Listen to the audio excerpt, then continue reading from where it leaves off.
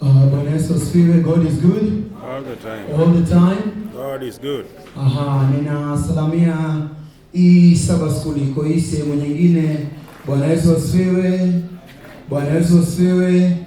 Ninashukuru sana hii Sabbath School ya Central hii hapa. Bwana Yesu asifiwe. Amen. Hii Sabbath School ya hii sehemu nyingine hii inaitwa West, ndio? West ama ni East? Ati East ama West? West. Hii West Sabbath School. Bwana Yesu asifiwe. Asante sana. Ninasalamia wale ambao wanataka kuondoka wako kwa mlango. Karibuni sana. Kama unaingia uingie, kama unaenda enda alafu urudi. Enda alafu urudi ili tuweze kubarikiwa sote pamoja. Wapendwa, ninachukua nafasi kuwakaribisha. Leo ukiangalia katika ratiba ya program hatuna afya, lakini kuna swali ibuka ambalo linanifanya niweze kufanya afya. Alafu baada ya afya nitafanya possibility ministry, mambo ya possibility ministry ama possibility ministry, acha niseme hivyo na nitaelezea hiyo ni nini. Wapendwa, niko na huyu kaka anaitwa Duncan Kinothia Opio. Huyu kaka nilikuwa naye wakati wa post election violence. Nakumbuka wakati huo nilikuwa Bank Forest kwa mkutano wa Injili, na nikaambiwa na kaka rafiki yangu anaitwa Kipchumba, daktari, kumewaka moto, naomba tuingie kwa gari tuendeshe nikufikishe Nakuru, mimi nirudi. Sasa nikamchukua akaanguka, hii ni jeraha, akaanguka ndio unaona akai na kichwa, kwa ajili kichwa yake kidogo ilikosa balance, na tukaingia kwa gari tukaingiza kwa boot, nikachukua ushukani, akanipatia ID yake. Tukisimamishwa na vijana, usiongee, kwa ajili watasema huyu ni mtu wa Mombasa, na ukionyeshana ID wajue ni ya Terere, wewe kuishi. It was serious like that. So tukafanya namna gani? Tukaenda tukapata stopover ya kwanza. Huyu jamani sanguine, wale ambao wamekuwa katika darasa la family na ambao nilikuwa naongoza wanaelewa sanguine. Sanguine ni mtu ambaye si mnyamavu, ni mtu ambaye ni wa kusema, ni mtu mcheshi, sense of humor yake iko juu. Kufika tu hivi kusimamishwa, akasema chemige wakafungua, tukaendelea. Tulikuwa na stopover 7. Tunapofika Nakuru, akaniambia sasa hapa daktari, si utaenda? Aliponiambia nitaenda, nikamwambia nitaenda. I shed tears. Kuna gari ambayo ilikuwa mbele yetu, kwa ajili wote walikuwa si kabila wale wakachomwa. Ukabila ni mbaya. Nikampatia jina, anaitwa Duncan Kinothia Opio. Tribalism is bad. We serve one God in heaven. All of us are children of one God where? In heaven. And it's called Abba, meaning our Father. We are adopted into the family of God through the blood of Jesus. Tu pamoja. Ndio maana nampatia hao majina. Ni jamaa ambaye naenda sehemu naye katika mkutano wa Injili. Asante sana wapendwa, wacha tuombe tuweze kuanza. Asante kwa ajili ya Mungu unatupenda. Wakati huu tunaingia katika ujumbe wa swala nyeti, lakini tunaomba Mungu tuweze kutumegea, iwe ni rahisi katika fahamu zetu, tuweze kuielewa ili jina lako litukuzwe. Katika jina la Yesu tunaomba na kuamini. Amen. Action and reaction. Kitabu ni Luka 10:27. Luka 10:27. Jamaa mmoja akamwendea Yesu akamuuliza, nifanyaje ili nipate uzima wa milele? Yesu akamwambia, tii sheria. Akasema, kutoka utotoni mwangu hayo yote mimi najua, mimi nimetii. Yesu akamwambia, namna gani? Tii sheria Akamwambia namna gani? Fanya hivi nawe utaishi. Do this and thou shalt live. There is doing, there is an action. That is what we need to do. And then number 2, there is living. There is a promise. In every promise there must be a condition to fulfill. And then there is a promise. Wapendwa, ujumbe huu wa afya ni ujumbe ambao utasikia, utaenda ufanye, na utaona by the way it works. It works. So mpendwa, fanya mambo haya, naamini kwamba mambo yako itaenda mzuri.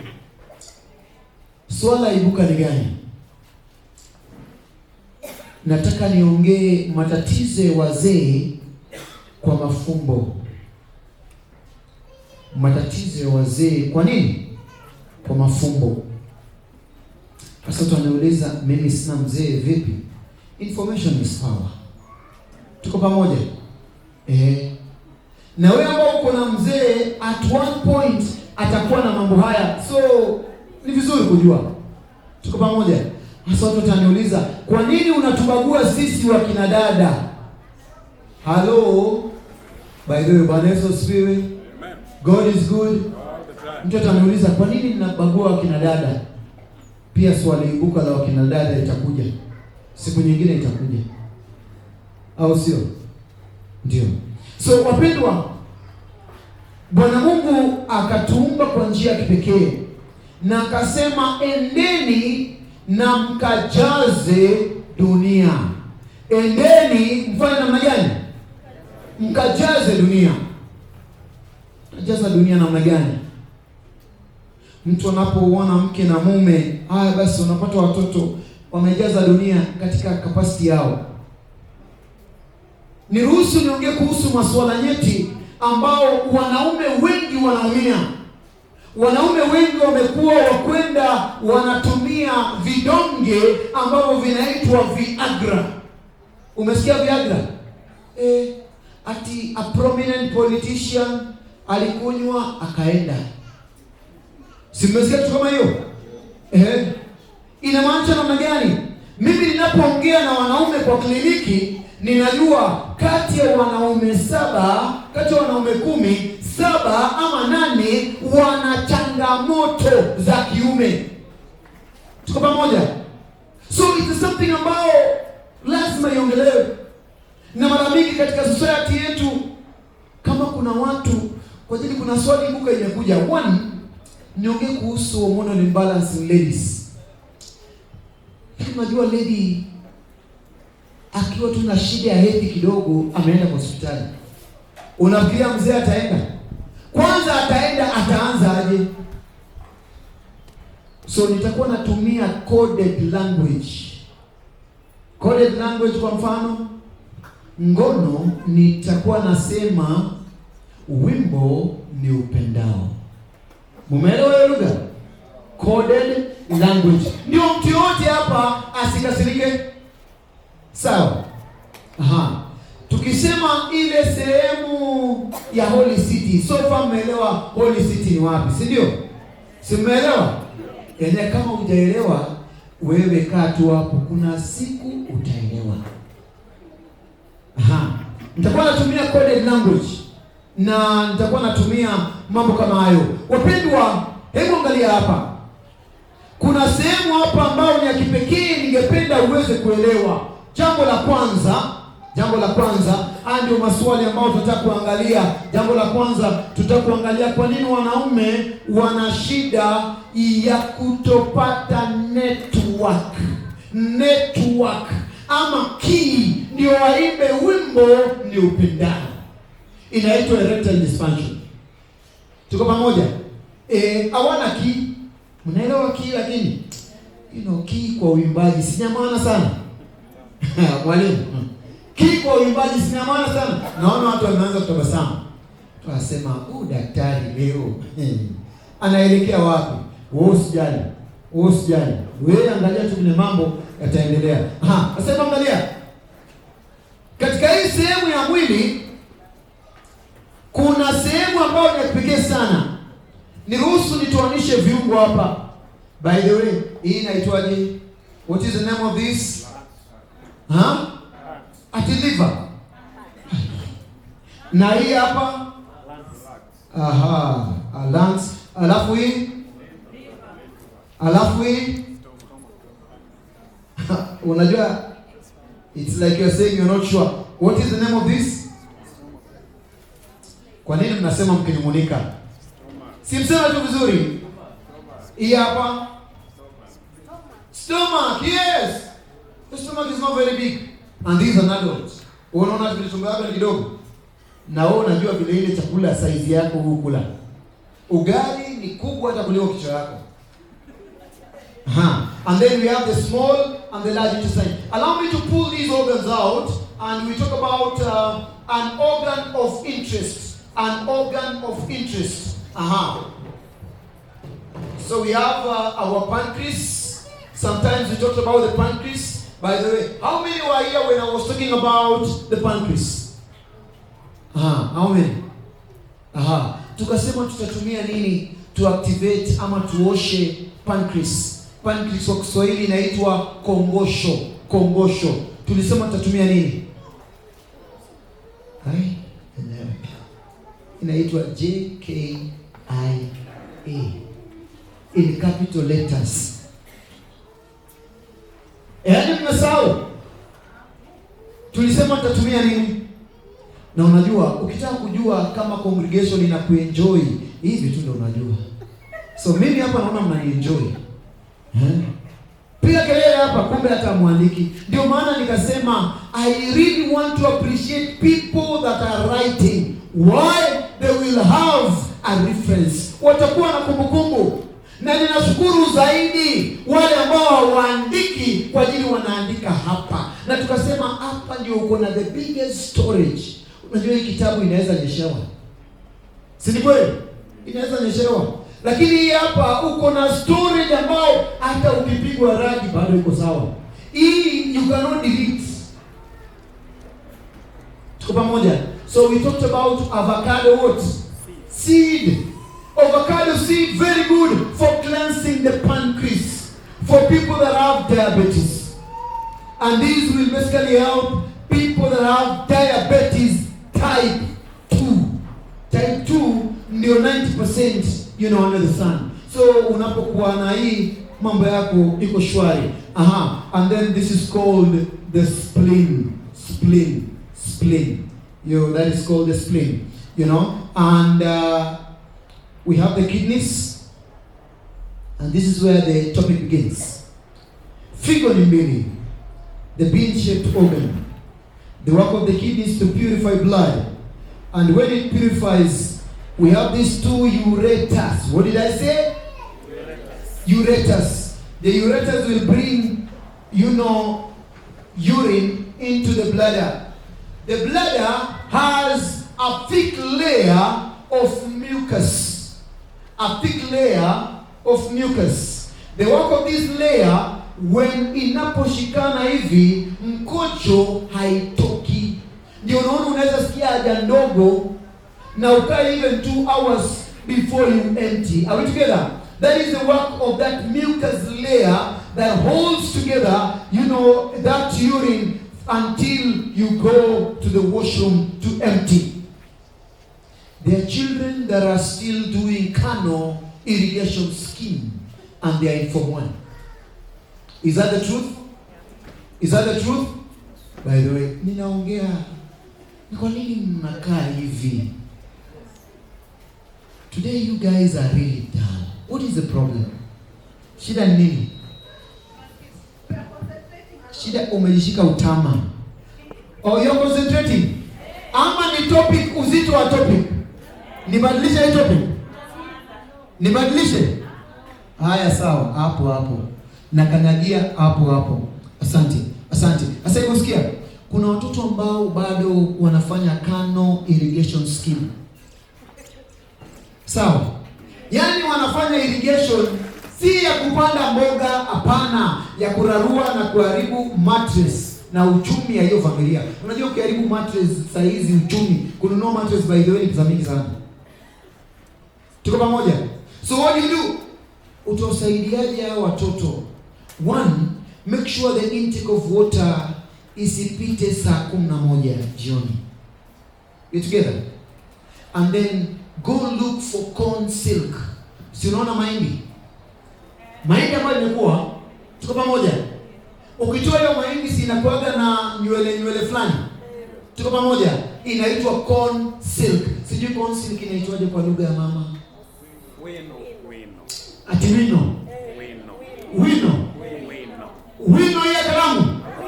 Yenyewe hii ni Greek. Hata pastor yao alisema hii ni Greek. Aha, kwa kweli inaitwaje? Wino. Aha. Pastor, sijui kweli inaitwaje hiyo nywele ya mahindi. Hiyo nywele ya mahindi.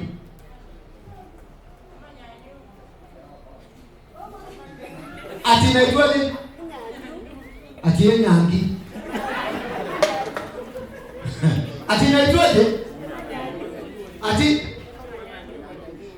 ama nyanyuri. Nimesikia hiyo jina. Kwa sometimes kisi niliuliza nikaambiwa, sasa tufanye namna gani? Chukua hiyo nywele ya mahindi mawili. Chukua tu vizuri. Chukua, weka kwa sufuria. Eka maji glasi 2. Funika vizuri. Chemsha na moto ambao umedhibitika. Not too high, not too low. Chemsha.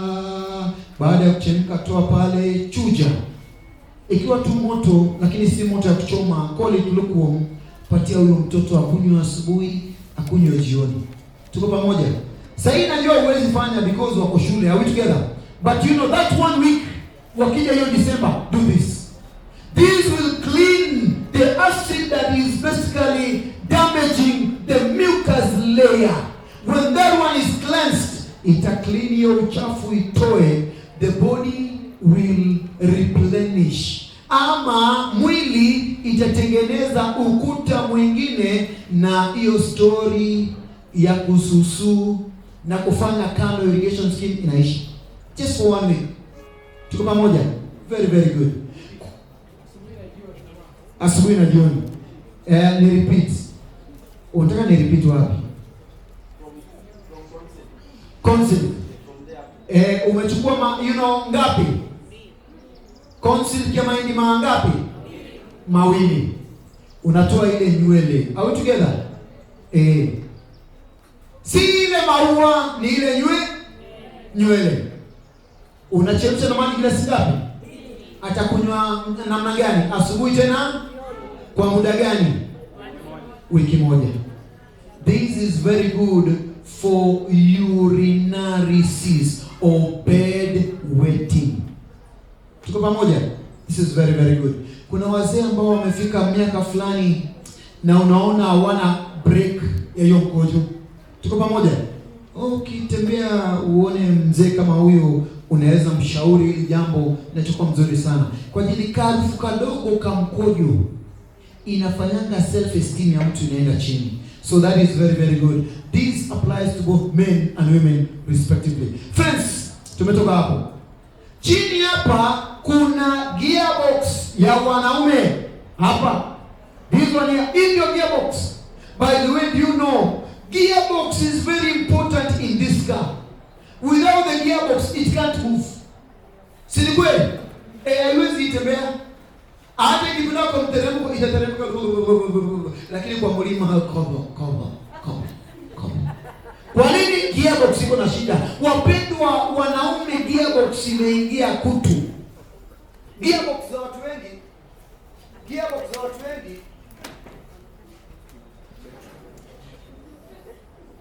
Sababu umenitesa na bila yasa tumeanza gearbox tena. Yaani shetani hataki niambie watu mambo ya gearbox.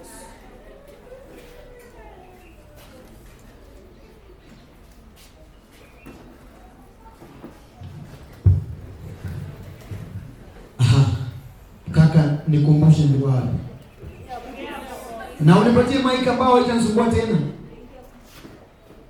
Nikumbushe ndio wapi kwa somo. Kwa gearbox. Ni vile mmamwambia, huyu naona angeanguka. Haya, sikiza. Gearbox is very important. This gearbox inaitwa prostate. Kazi yake ni kutengeneza utelezi fulani.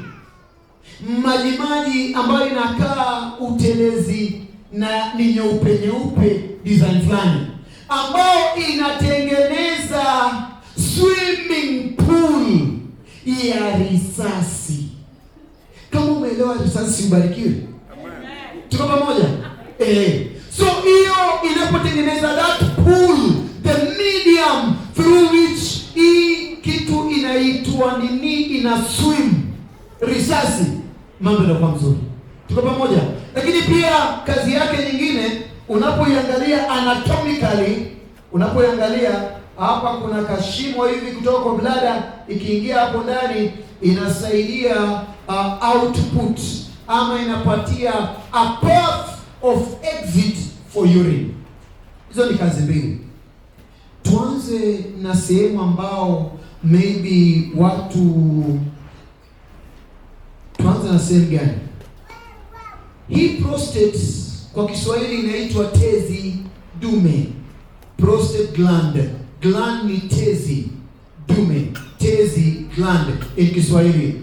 It has trillions of nerve endings. Trillions. Yani iko na mamilioni ya mishipa ya fahamu. Tuko pamoja? Mishipa ya fahamu. Saa zile tu kuna wazee kule nyumbani wanakuanga wazee ambao very idle. Wazembe tu wafanya kazi. Wanachezanga kitu kingine ni mbao, wameenda wakakata mbao wakafanya afforestation. Wakakata mbao, wakapasua hiyo mbao, kashimo. Alafu wanacheza kitu, wanafanya 1 2 3 1 2 3. This is a game for idlers.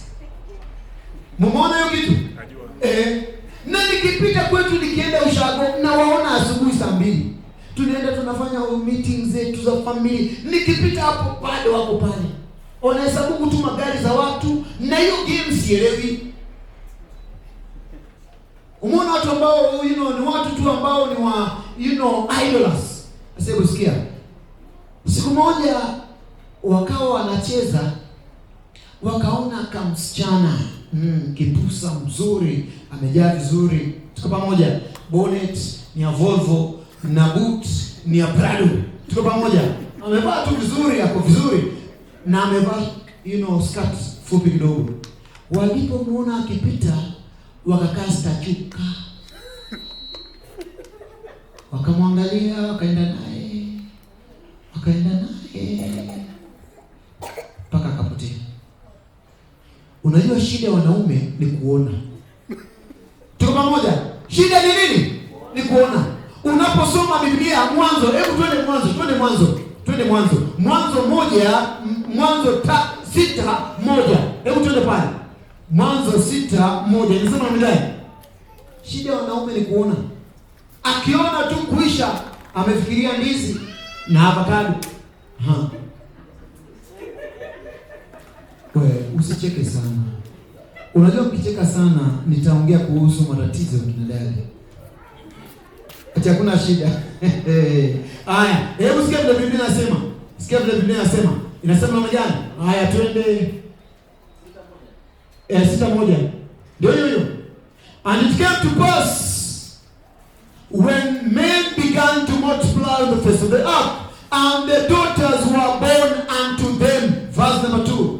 So mabinti wakazaliwa, ndio ikawaje? Sikiza. That the sons of God saw. There is a problem with men. So what? The daughters of men that were fair, and they took their wives of all which they chose. Acha nikwambie, when the Bible says the sons of God, how do you become a son of God? John 1:12. Usiende pale. John 1:12 inasema namna gani? Those that believed in him were given power to be called the sons of God. So we become sons of God by choice. Tuko pamoja? But also sons of God have eyes. Si wanaona? Na Waswahili wanasema macho ina pazia ama haina pazia? Haina pazia. Sasa wale wazee walipoona hivyo, kuna ujumbe ilitumwa hapa kwa gearbox. Tuko pamoja? Ujumbe inatumwa kutoka kwa ubongo inakuja hadi kwa gearbox. na inapotumwa pale, zile mishipa zinaanza kunyooka. Hiyo mishipa inanyoroka na mlingoti wa bendera unasimama. That is what happened anatomically. Sasa sikia. Tatizo la kwanza la wanaume ni nini? Jambo la kwanza, kuna shida ambayo inaitwa erectile dysfunction. Let's go to the causes of erectile dysfunction. Causes of erectile dysfunction. Number one, most men don't take water. They don't take water. So what happens? We have our kidneys here. We have our kidneys. Kidneys inachuja damu kwa ajili ya kunywa maji. They don't take water. Uliza tu wazee, by the way, umekunywa maji glasi ngapi? Kuna. Umekunywa maji hapa na glasi 2. Nimekunywa half a glass baada ya chakula. They don't take water.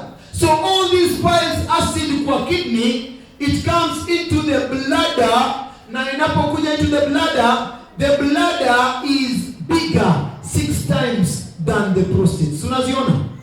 Tuko pamoja? This is the bladder, this is the prostate. Hiyo asidi yote ama uchafu wote unakuja katika sehemu inaitwa prostate gland, na inapokuja pale inaziba. Inapoziba, what happens? There are trillions of nerve endings. This guy gets a problem that is called erectile dysfunction. What is erectile dysfunction? Ni gari ambao imetoka ditidobi lakini haiwaki. Watu wanasema ni beti kagi.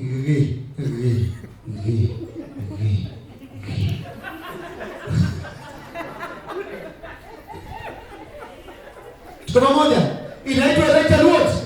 Now, what are some of the physical causes of erectile dysfunction? Number one, medication. There are people who take a lot of inflammatory drugs, a lot of steroids. All these inachangia matatizo ya kitu ambayo inaitwa erectile dysfunction. What does that mean? These drugs will suppress the nerves, how the nerves work well. Number two, we have what is called smoking. Cigar. Tatizo kweli. Pia nayo ina suppress those nerves. Number 3, we have alcohol. Alcohol ndio pombe. It basically does the same. But you will tell me Adventists don't drink. But kuna watu ambao wanakunywa red wine and they say it is good for the sake of the stomach, and they give a Bible verse, but it's basically out of context. Something else, heart disease. Heart disease. What does that mean? When people have heart disease, there is a lot of blood close to the heart. The farther you go from the heart, the smaller the capillary becomes. So what happens? Extremities, miguu, mikono, kichwa, damu kidogo. Even the genitalia is considered far from the heart.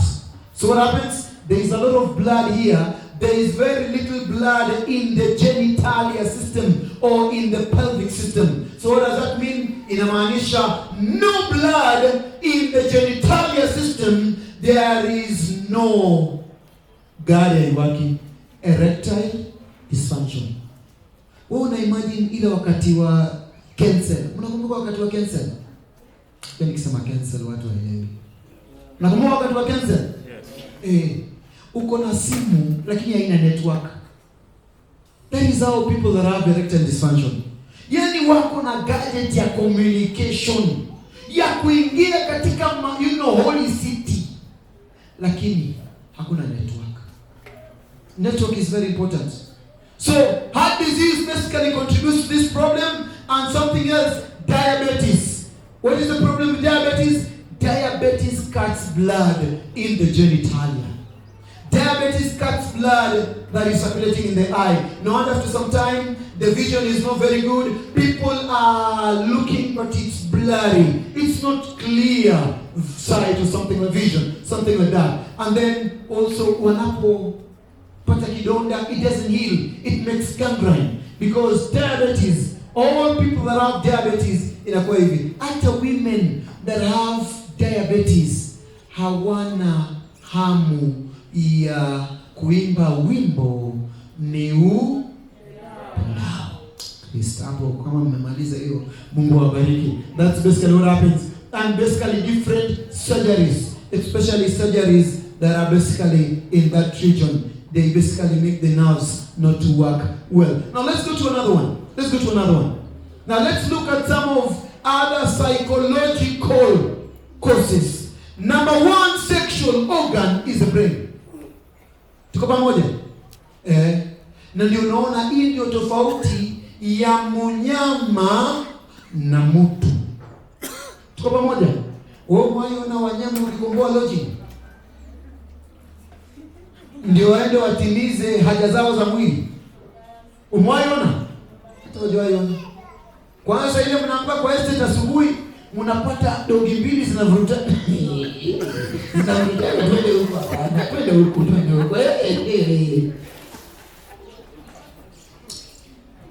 Mungu angekuwa anafanya ule mtu anaenda mpango wa kando ashikana hivyo, nafikiri watu wangefanya mpango wa kando.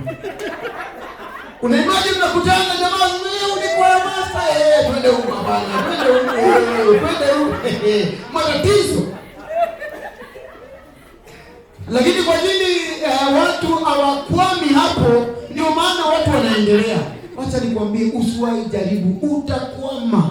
Shauri yako, usiwahi jaribu. Kula vya kwako. Tuko pamoja? Wacha watu wakuwe waaminifu. Na hii ndio maana tunasoma mambo ya kiasi. Now, psychological causes. Number one, stress. When a man is stressed, there is no coordination between the brain, that is number one sex organ, to the genitalia, the second sex organ. Sasa zingine mama inabidi tu unaelewa huyu jamaa. Unamwombea tu, unamwambia sweetie, pole, but things will get better. Tuko pamoja? There are men who have been crucified in quotes, they are going out while it is not. Because stress inakata mawasiliano, na inapokata mawasiliano hakuna kazi inafanyika. Erectile dysfunction come in place. Another thing, performance anxiety. What is performance anxiety? Kwa ajili jana nilipojaribu kuimba wimbo ni upendao, gari ilikataa kuwaka.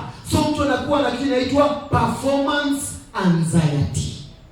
Not because he doesn't have the strength, no, but because it is written in the brain. By the way, hata ukijaribu au malizi, no. Hata ukijaribu haiwaki, no. Kishindo huyu jamaa alioa jana kwa harusi, akashikanishwa tu na Pastor Baraza kwa harusi. Baada ya 1 week matatizo.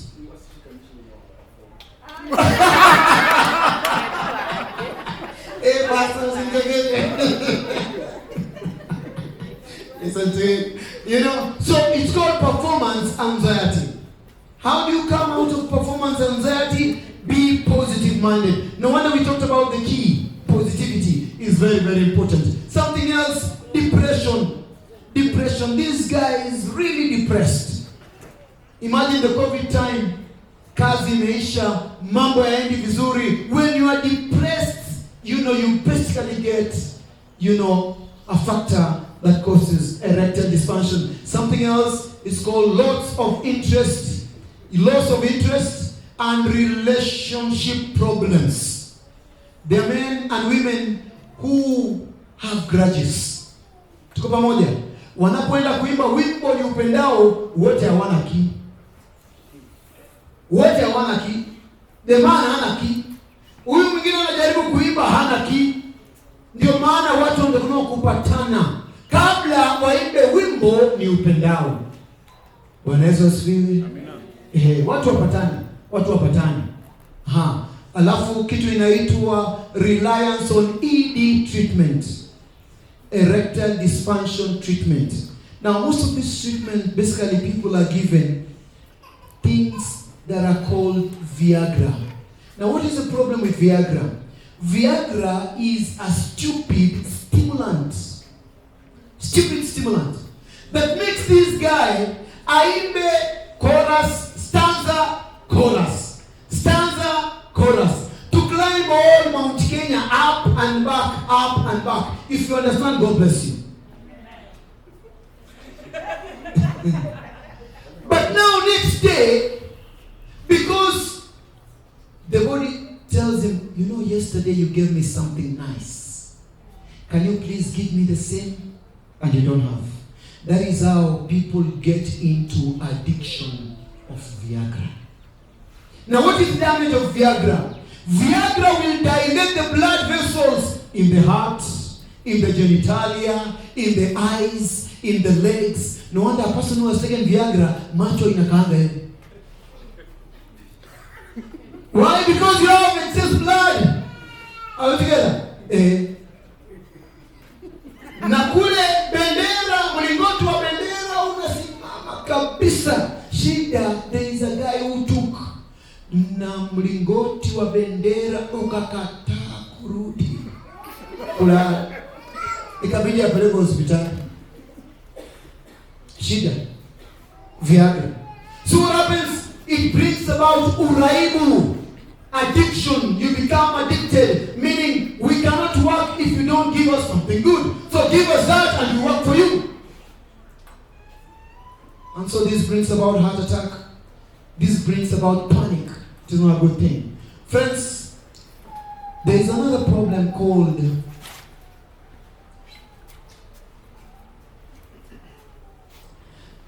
thank you, Elder. There is another problem different from this. That one, they have the key.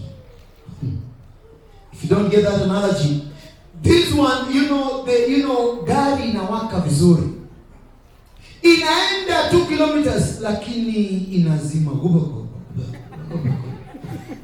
Unaona jamaa anatoka na kibuyu, inaitwa walk of shame. Anaenda kununua mafuta. This one is called premature ejaculation.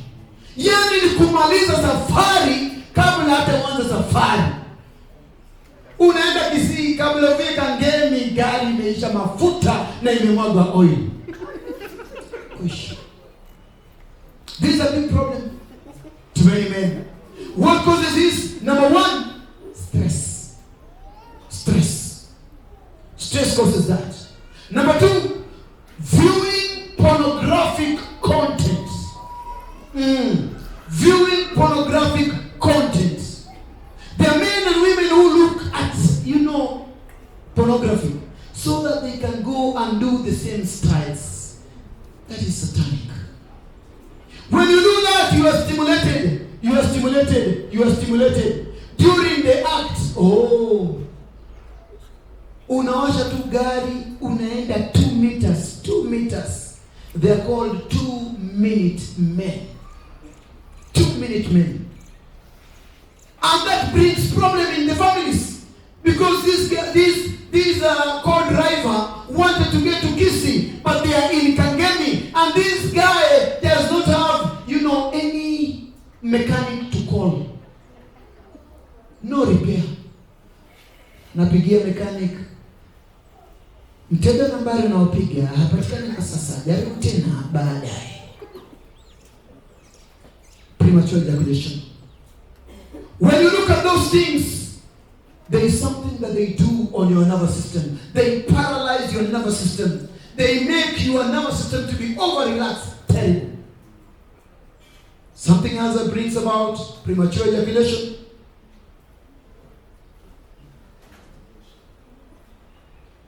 It's called self-abuse. Self-abuse. Masturbation.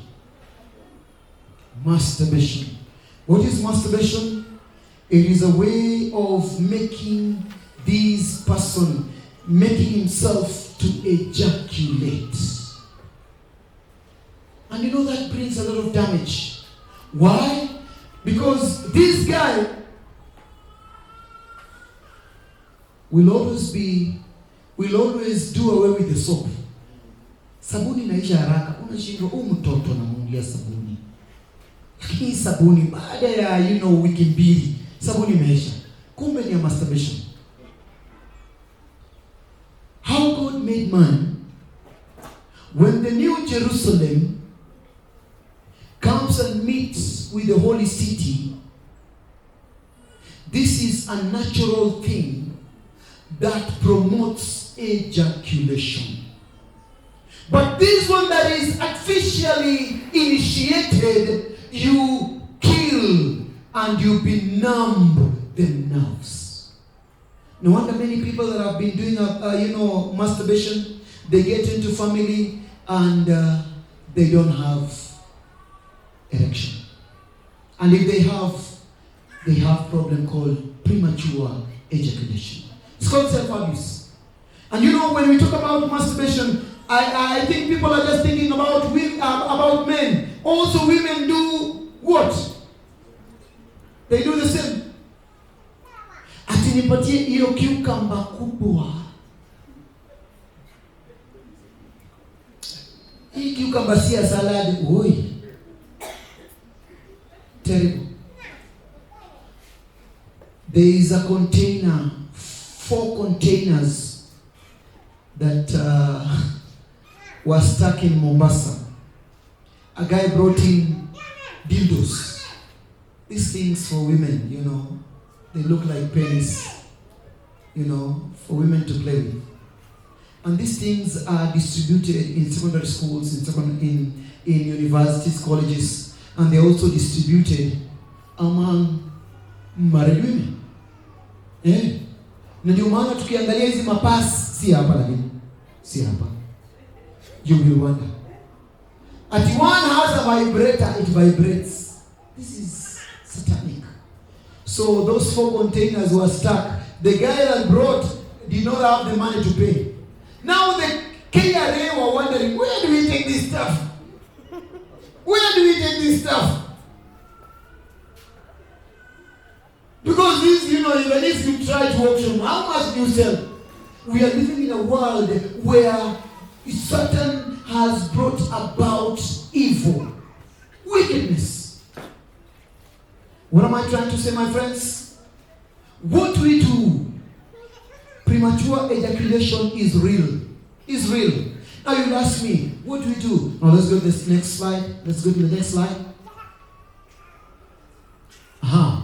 Now, the other one. There's another slide. Now let's talk about this. By the way, do you know, risasi iko na vitu kadhaa. Risasi. Mnaelewa risasi? Risasi iko na kichwa. Are we together? Na iko na body. Na iko na mkia. Mnaelewa? Kwa nini bwana mrespond? Sawa. Kunyamaza hivyo ni kuelewa? Okay, sawa. I understand. There are things that make this sperm to be damaged. Number 1, mogoka. Umeona mogoka? Mogoka. Unajua, people that take mogoka, even the combination is satanic. Matawi ya mbuzi mtu anakula. And then there is a Coca-Cola that it is not opened, normally. They look for a nail and wanatoboa shimo hapo. That is madness. That shows hiyo mogoka imechanganya huyo jamaa vizuri. Alafu kuna njukaranga na kuna bigiji na kuna njukaranga bigiji, hizo vitu zote you put in one mouth. Are we together? So what mogoka and the mira will do will make the tail to be bigger than the body. Just true. No wonder there are kids who are born really nicely thick. Thick. Kienda kwa darasa naambiwa sema yaani alizeeka tumboni. You're together? These things are really damaging people's kids. Kamisa. Number 2, drugs. What the drugs will do, drugs will make the tail to be very small. You see the tail, the work of the tail is to make this sperm to swim. Are we together? So when the tail is too small, when this man ejaculates his risasi, they stay for 72 hours, then they die. Are we together? And I'm looking at the speed they do in the Holy City. The speed they do. When they get into the vaginal walls, they are doing 60 kilometers per hour. They get into the Moi Avenue, the junction that is called the cervix. They are doing 40 kilometers per hour. Then when they get into the Kenyatta Avenue, into the uterus, they are doing 35 kilometers per hour. When they get into that street called, Ronangala, and this side we have Tomboya, they increase the speed to 75 kilometers per hour. But now this one ambao mkia imekuwa ndogo, ikifika tu hapo kwa Holy City kwa mlango, inajaribu kukimbia inarudi, inakufa. Drugs. That is what drugs do. Terrible. They basically make the system not work well. What am I trying to say, my friends? There are several factors that make, the sperm not work well. Refined foods and chemicals. They make, for women, they make the eggs to die faster. Now, during ovulation, 14 days after your periods, you get ovulation. That is the day that the eggs are released in readiness of fertilization in the fallopian tube. Now, when you take what is called a lot of junk food, chemicalized foods, denatured food, tinned food. Wanawake walikataa chakula cha shamba, muogo, ngwashe, ndoma, walikataa. Wanataka kula chakula inakaa civilized. When you eat those, your ovulation time is reduced. It is reduced. So what does that mean? When ovulation takes place, the egg stays for 6 to 18 hours, then it dies off. We are together? But now, the junk food makes them to die even within 30 minutes. Even within 1 hour. No wonder there are people that count very well. They know this is safe, this is unsafe, but they still don't get pregnant. Why? Because there is a problem of what is called junk food. You take junk food, the eggs die faster. Same with men. You take junk food, the sperms don't have the ability to swim. Yani ni mtu mlegevu tu. Kifika kwa Holy City, anazunguka anashindwa atapanda namna gani, kwanza anaanguka nje. Kama umeelewa, Mungu akubariki. Now, there are foods that are very important in making the sperms. Now, these foods include, number 1, we have what is called broccoli. Broccoli is very good. Broccoli.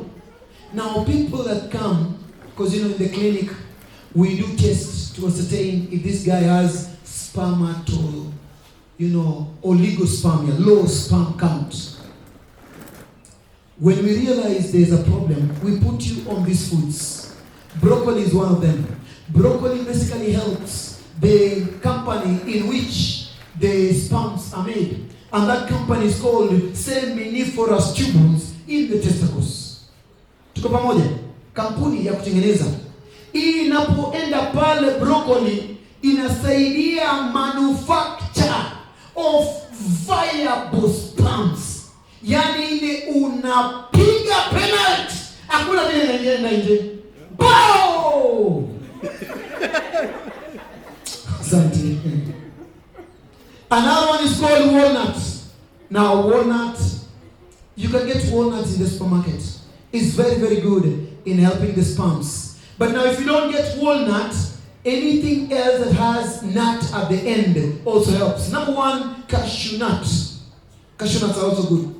By the way, wazee ambao network mnapoteza kidogo, si sana, kidogo. Mnanielewa wazee? Najua watu wataki kujibu hapo.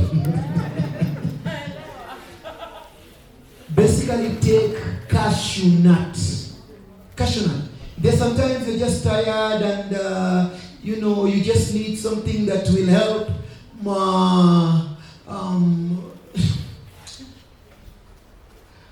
hata imeshindwa kutoka, will basically help good erection. Whole cashew nuts are very rich in zinc, and zinc is an important vitamin in helping sustain an erection. Now we have pomegranate. How many of you know pomegranate? Pomegranate. Wenda kwa Google, kwa Genesis Digital World, enda kwa Google, weka pomegranate, alafu click image. What you come there, utapata pomegranate. There are supermarkets that sell pomegranate, like Quickmart, they sell pomegranate, and markets like Nyayo Market, they sell pomegranate. Spinach. Spinach is very rich in helping the production ya risasi kwa mwili. But spinach can be overcooked to form something different. Are we together? When you overcook a spinach, you form a lot of oxalic acid. So how are you supposed to cook a spinach? It's supposed to be steamed. Steam it for 2 minutes. Ukila spinach inafanya mwa. That tells you are getting zinc. We are together. No wonder there are people who have been eating spinach and they still have problem with oligospermia, low sperm count. We have asparagus. Asparagus, they are hard to get, but very, very nice. There are people that in Marikiti who sell asparagus, very, very nice. Kuna kitu inaitwa banana, very nice, because of the sucrose. That sucrose is important in helping, sperm production. And then we have the beans. Now there are people who will say, when I take beans, I have a problem with the stomach. Si kweli? So what do? Soak the beans in water overnight, and in the morning pour the water. That water is acidic. That is acidity. The nutrient still remains in the grain. So when you do that, you're good to go. Yellow beans are more friendly. We have butter beans, very good. We have Oirimo, they're very good. We have Nyayo, fine. But yellow beans are more friendlier to people that have a problem with acidity. Now let's go to the next slide.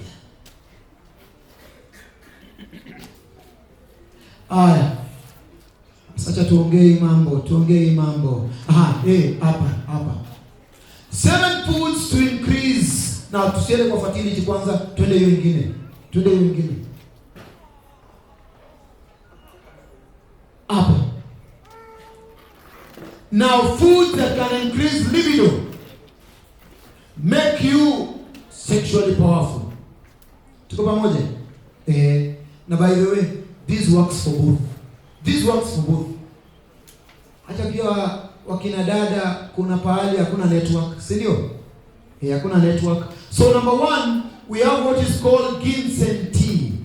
Now ginseng tea in India is called ashwagandha. What will ashwagandha do? Ashwagandha will open up the blood vessels in the prostate region. When it opens up the blood vessels in the prostate region, you basically get blood. In the blood, there is life. And you do that, you're very good to go. Now you'll ask me a question, where do I get ginseng? Now ginseng is a bit hard to get, but I basically have it in capsule form. You basically take 30 capsules or 15 capsules and you're good to go. Na mambo yako inakuwa mzuri. Now we have eggs. Eggs very important because of the protein. Very important. Lakini tafadhali usikule mayai ya kukupono. Mnajua kukupono? Ile kuku ya grade. Kuku imechoka. Acha nikwambie. Ukienda kuimba wimbo ni upendao, pia wewe utachoka. Wacha tu. So kula kuku wa nini? Wa kienyeji. There is sometimes that there was a myth that came ati mayai ya kweli. Unakumbuka mayai ya kweli? So I went to Italy for a gospel campaign. So this guy comes to me. He's an elder guy around 50 or 60, and he tells me, mimi niko na hoja na wewe. Akanipula side kidogo. Hoja ni gani? Jirani yangu alikula mayai quarter crate ya kweli. Sasa hiyo quarter crate ya kweli, a crate inauzwa 4,000. Tuko pamoja? 4,000. Alikula only a quarter crate na akapata nguvu za kiume vizuri. So mimi nimekula crate ya 9 na bado ninaendelea kudidimia. Utanisaidia aje? I have to take him to Exodus 16. Why were children of Israel given quails? They murmured against Moses. Tuko pamoja? They murmured. Exodus 16. And so God told them, you want meat? Yes, I will give you meat. He gave the meat. Quail. Quail came because of murmuring and complaining. Tuko pamoja? Sasa msikubali tu mamiti zinakuja hivi mnazipokea. So eggs very important. Number 2, we have nuts. Nuts will give you zinc, will give you vitamin E, and this is going to be very good to increase desire for sex. Nuts. Now we have cashew nuts, coconut, we have groundnuts, we have hazelnuts, we have Brazil nuts, whichever you get. But the best that is affordable, cashew nuts. Very nice. Something else, we have avocado. Avocado is very good with saturated fats that are important in helping the heart to pump. Are we together? Heart inatumia katika kupump damu katika sehemu zote, katika sehemu ya genitalia. And then we have figs. F-I-G. By the way, mnajua figs? Have you seen figs? Yes. By the way, figs ziko supermarket. So what do you do? Asubuhi tu breakfast, mzee, unachukua tu 1, 2, 3, pap, unakula. Now this is not Viagra. This you don't eat alafu unaanza kuimba wimbo sahiyo. Hapana. Itasaidia the body to have what is called self-sustainability. Tuko pamoja? Yani mwili ifanye kazi peke yake.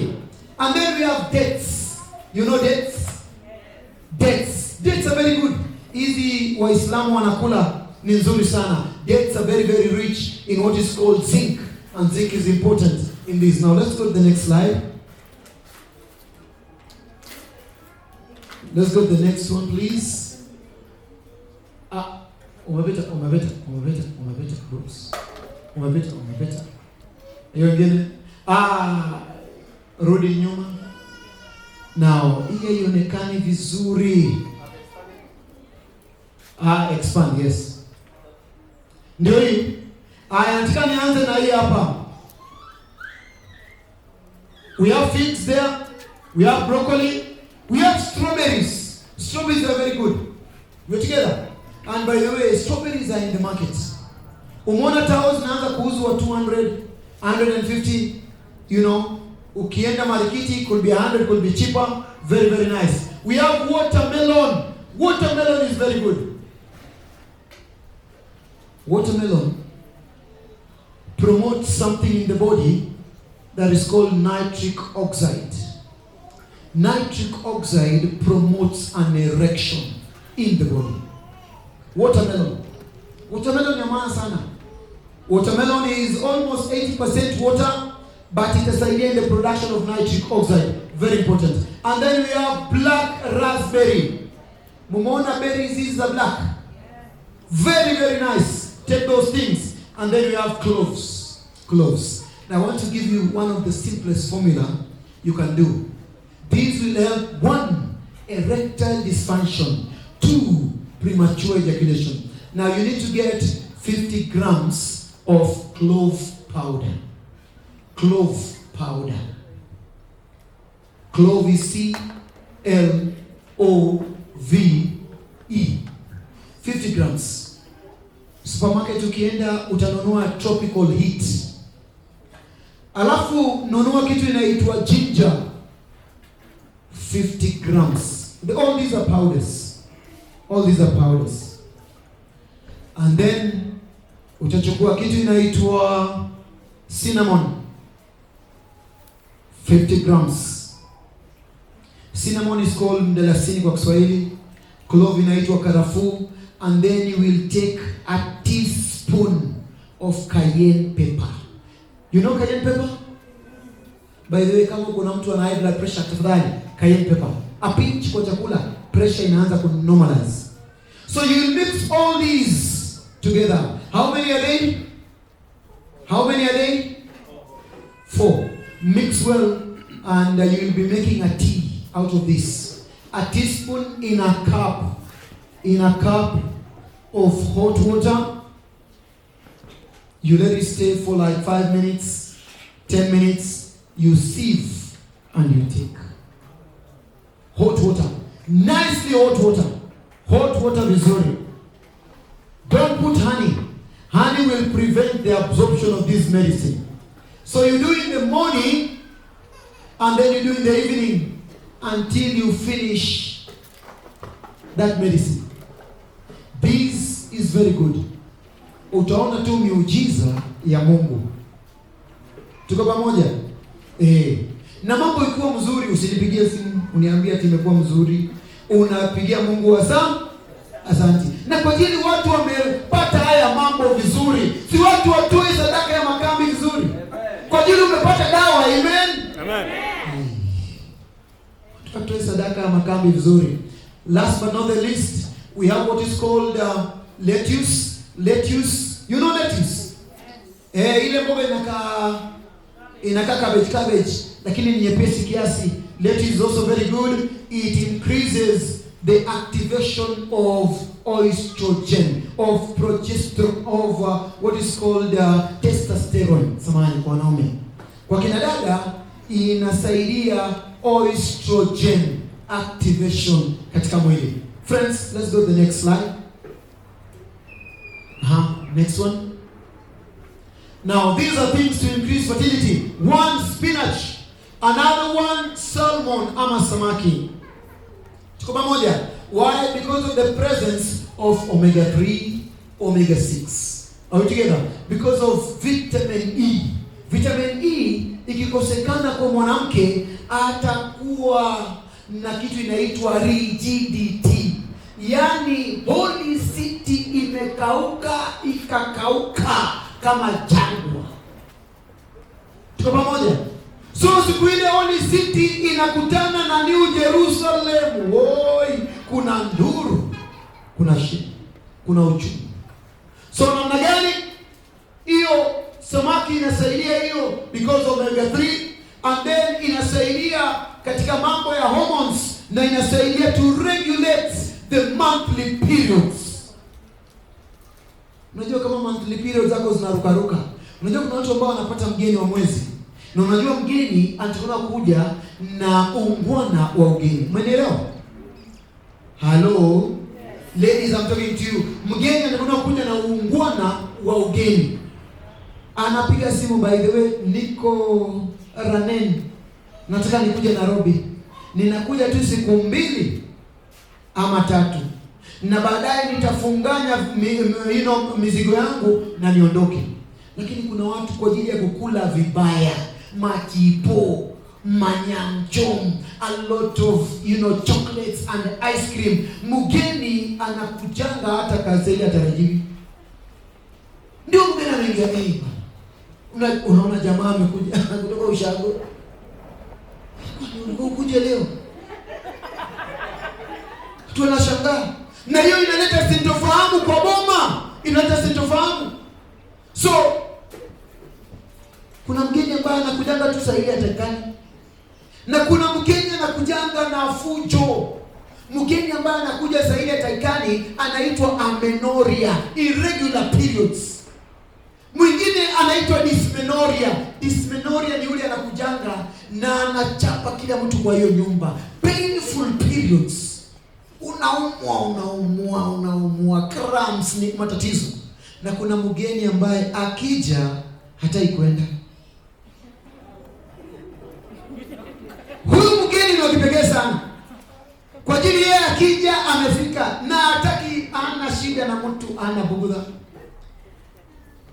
Sasa ile mnaenda kazi, mnamwacha pale akiangalia Afro Cinema continuous. Huyu mgeni ni mbaya. Kwa ajili unapopata hedhi ikizidi siku 4 unakuwa anemic. Tuko pamoja? Unakuwa hauna damu. Anakaa wiki ya kwanza hata hana taarifa ya kwenda. Anakaa wiki ya pili anakaa tu. Anakaa wiki ya 3 kuna shida. Angalia ulaji. Lakini kuna mgeni ambaye yeye ni mgeni wa kuchungulia.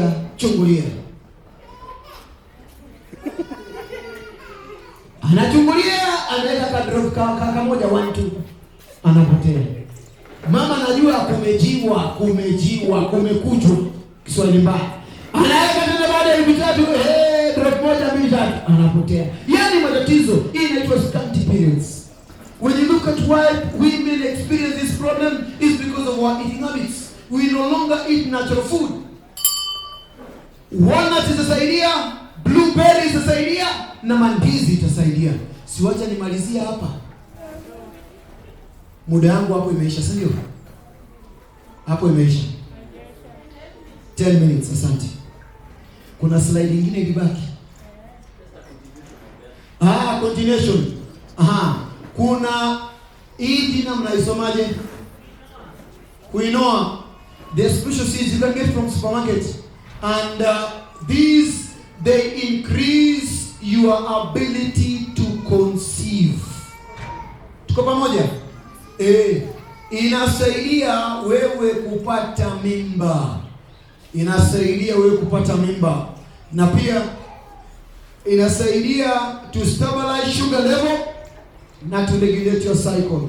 Citrus fruits ni kama machungwa, ndimu, pineapple. Hizi zote zinasaidia to regulate your ovulation. You know, there are women who have ovulation and they don't know. And there are women who even don't know if they are ovulating. Sasa inakuwa ni ngumu huyu mwanamke kujua siku zake ambazo ni safe na siku zake ambazo ni unsafe. Tuko pamoja? But wapendwa, unapofanya hiyo mambo kaka umechanganya hapo. So inasaidia to regulate ovulation and then it creates a healthy environment for the eggs. Get together. What have we talked about as I finish? Ndio niingie katika sehemu nyingine. 1, tafadhali wapendwa, angalia unakula nini.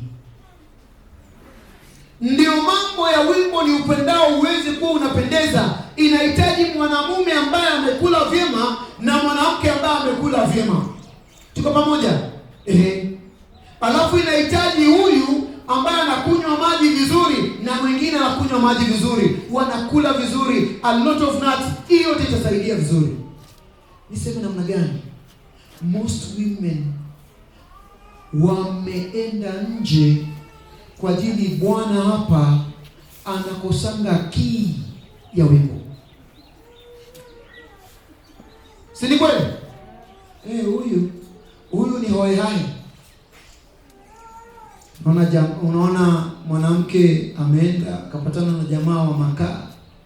Vile hata wanaanzana na jamaa wa makaa hata sielewi. Huyu ni mwanamke wa tajriba. Unajua tajriba nini? Huyu ni mwanamke wa hali ya hadhi ya juu. Vile anaongea na wanaelewana na mtu wa makasi juu. Na ndio maana tunaleta somo hili ili uwe na subira na mume wako afanye tiba hii. Na pia uwe na subira na mke wako afanye hii tiba ili muweze kuwa na afya njema.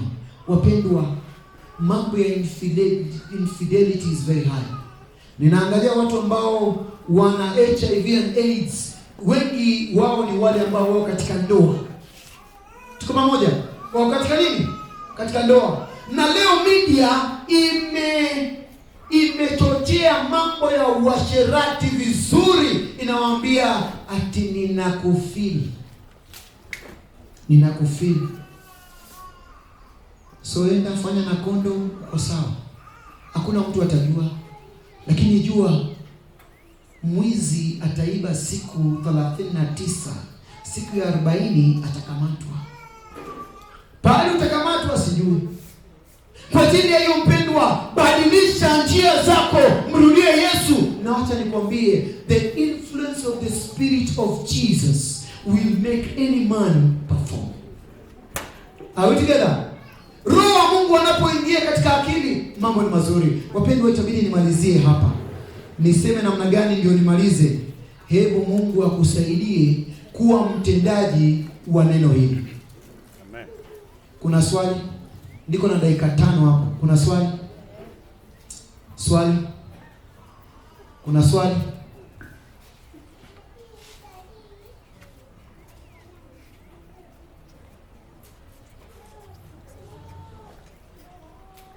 Swali? Uliza swali. Ukiwa tu hapo uliza swali.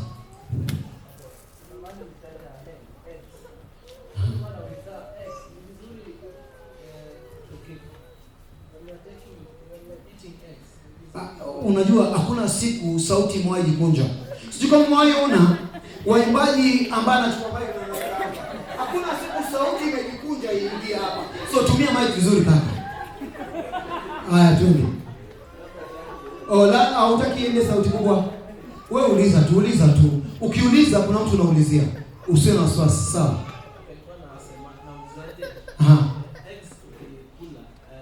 Unakula kiwa raw ama you boil or you fry?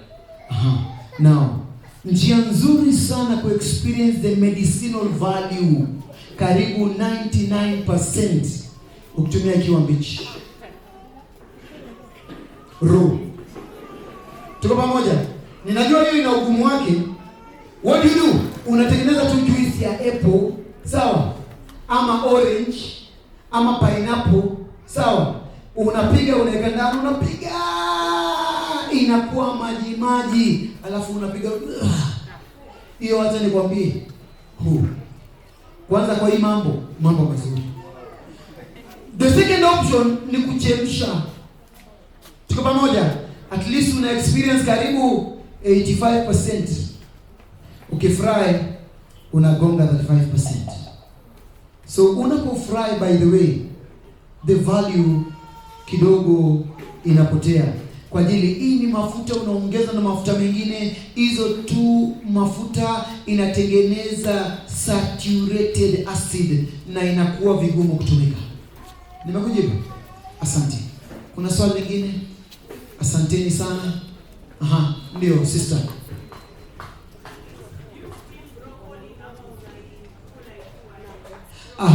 Broccoli itabidi ule ikiwa una steam.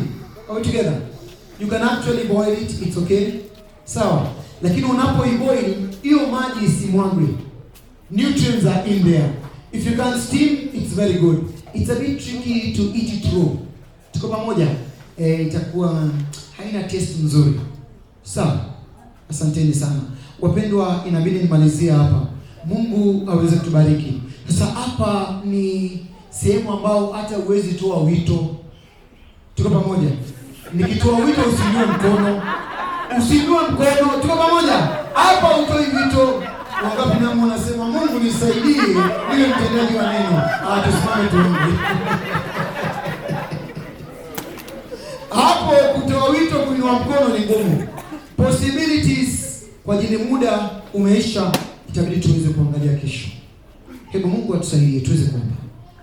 Asante Mungu Baba. Tumeongea kuhusu masuala nyeti. Masuala ambao inaharibu na kubomoa familia zetu. Lakini kwa ajili tumejua, tusaidie tu watendaji wa neno.